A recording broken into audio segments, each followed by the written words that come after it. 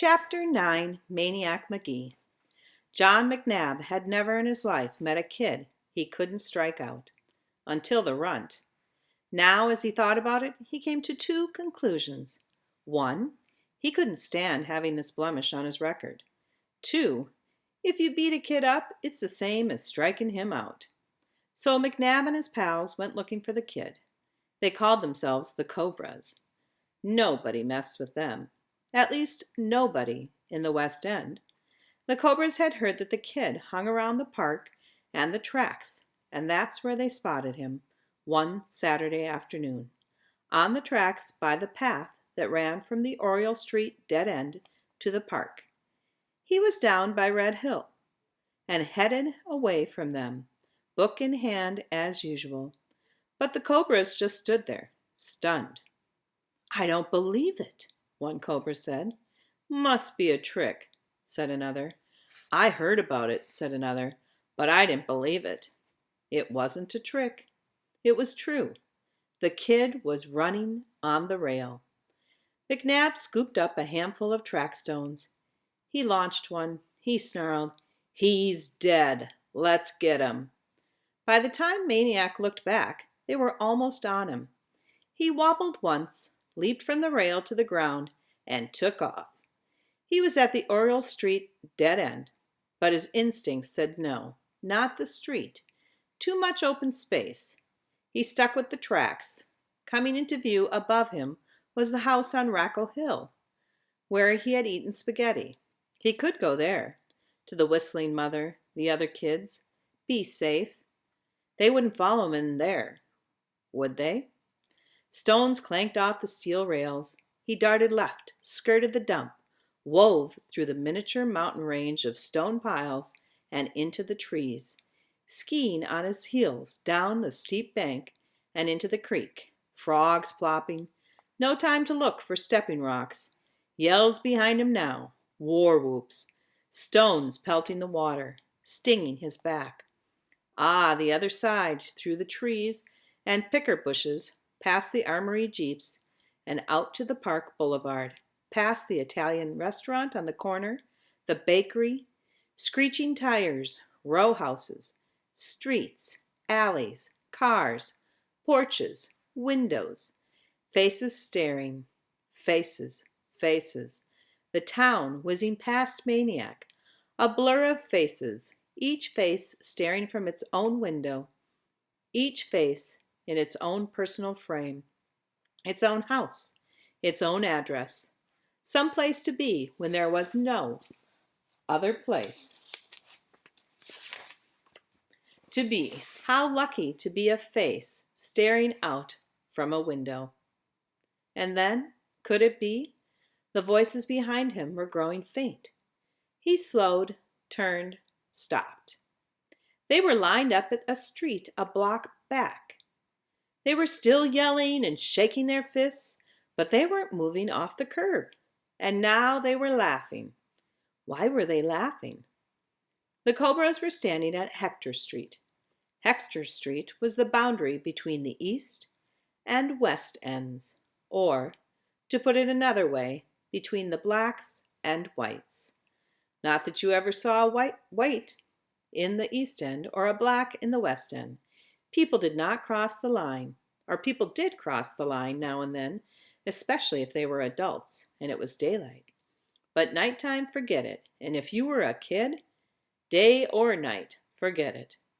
Unless you had business on the other side, such as sports team or school. But don't be just strolling along, as if you belonged there, as if you weren't afraid, as if you didn't even notice you were a different color from everybody around you. The Cobras were laughing because they figured the dumb, scraggly runt would get out of the East End in about as good a shape as a bare big toe in a convention of snapping turtles.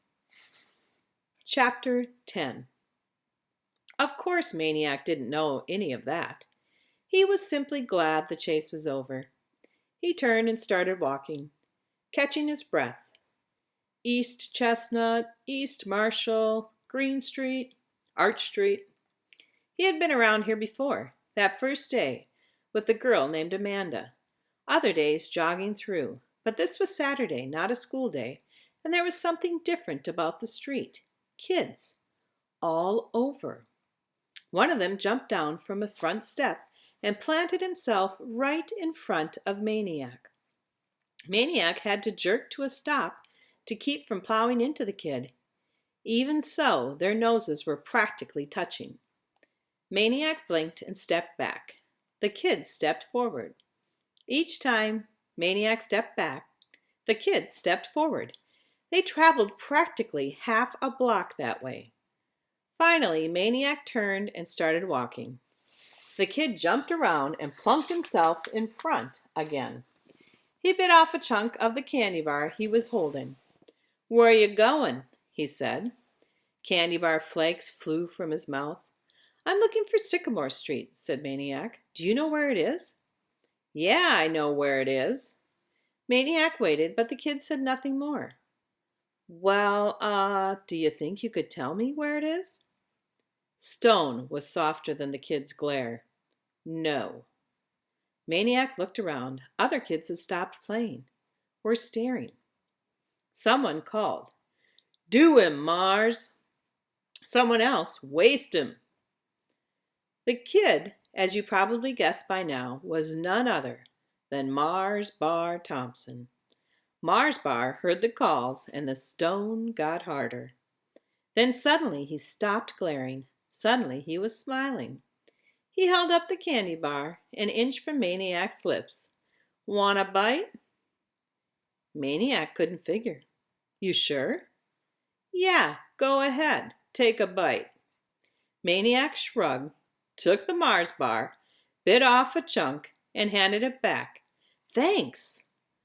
Dead silence along the street. The kid had done the unthinkable. He had chomped on one of Mars' own bars. Not only that, but white kids just didn't put their mouths where black kids had theirs. Be it soda bottles, spoons, or candy bars, and the kid hadn't even gone for the unused end. He had chomped right over Mars Bar's own bite marks.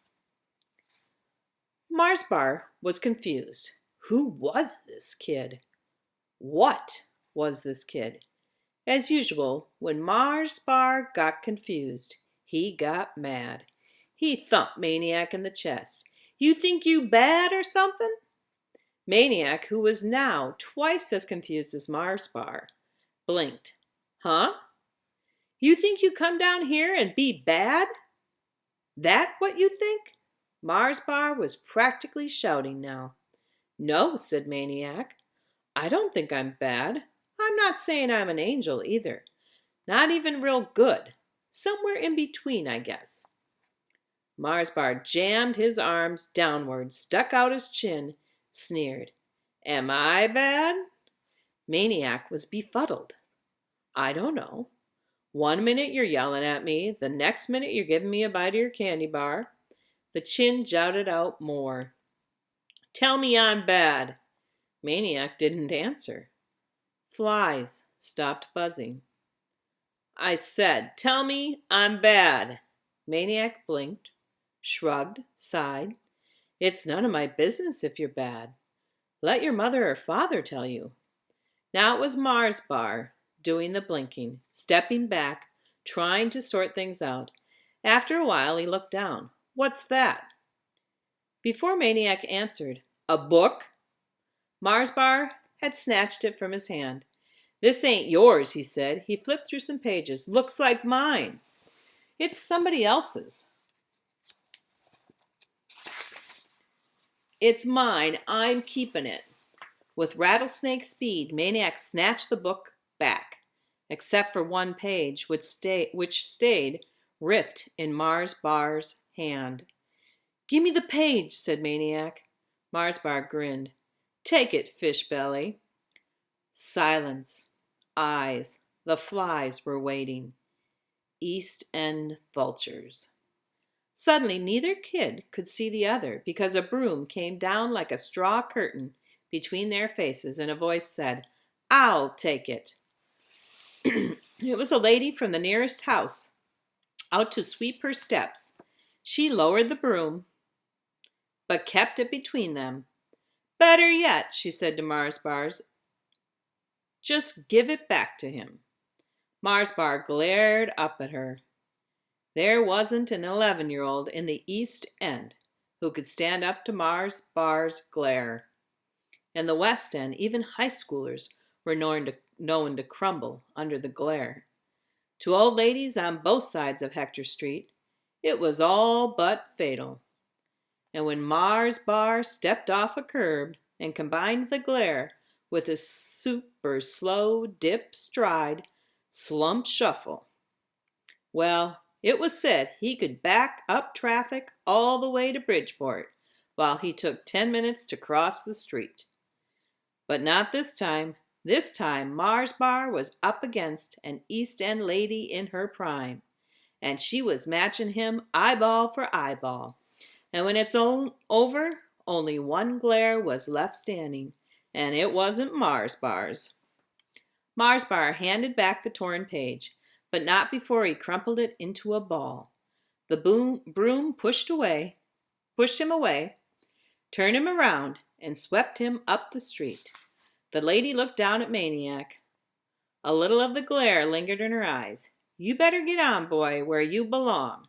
I can't be following you around. I got things to do." Maniac just stood there a minute. There was something he felt like doing, and maybe he would have, but the lady turned and went back inside her house and shut the door. So he walked away. Chapter 11. Now what? Maniac uncrumpled the page, flattened it out as best he could. How could he return the book to Amanda in this condition? He couldn't, but he had to. It was hers. Judging from that morning, she was pretty finicky about her books. What would make her madder? To not get the book back at all, or to get it back with a page ripped out? Maniac cringed at both prospects. He wandered around the East End, jogging slowly, in no hurry now to find 728 Sycamore Street. He was passing a vacant lot when he heard an all too familiar voice. "Hey, Fishbelly!" He stopped, turned. This time, Mars Bar wasn't alone. A handful of other kids trailed him down the sidewalk. Maniac waited. Coming up to him, Mars Bar said, "Where are you running, boy?" "Nowhere." "You running from us? You afraid?" "No, I just like to run." "You want to run?" Mars Bar grinned. "Go ahead. We'll give you a head start." Maniac grinned back. "No, thanks." Mars Bar held out his hand. "Gimme my book." Maniac shook his head. Mars Bar glared. "Gimme it." Maniac shook his head. Mars Bar reached for it. Maniac pulled it away. They moved in on him now. They backed him up. Some high schoolers were playing basketball up the street, but they weren't noticing, and there wasn't a broom-swinging lady in sight. Maniac felt a hard flatness against his back. Suddenly his world was very small and very simple. A brick wall behind him, a row of scowling faces in front of him. He clutched the book with both hands. The faces were closing in. A voice called, "That you, Jeffrey?" The faces parted. At the curbside was a girl on a bike, Amanda. She hoisted the bike to the sidewalk and walked it over. She looked at the book, at the torn page. "Who ripped my book?" Mars Bar pointed at Maniac. "He did." Amanda knew better. "You ripped my book." Mars Bar's eyes went big as headlights. "I did not." "You did. You lie." "I didn't." "You did." She let the bike fall to Maniac. She grabbed the book and started kicking Mars Bar in his beloved sneakers. "I got a little brother and a little sister that crayon all over my books, and I got a dog that eats them and poops on them, and that's just inside my own family. And I'm not gonna have nobody else messin' with my books. You understand?" By then Mars Bar was howling on up the street, past the basketball players who were rolling on the asphalt with laughter. Amanda took the torn page from Maniac. To her, it was the broken wing of a bird, a pet out in the rain. She turned misty eyes to Maniac. It's one of my favorite pages. Maniac smiled. We can fix it. The way he said it, she believed. Want to come over to my house? She said. Sure, he said.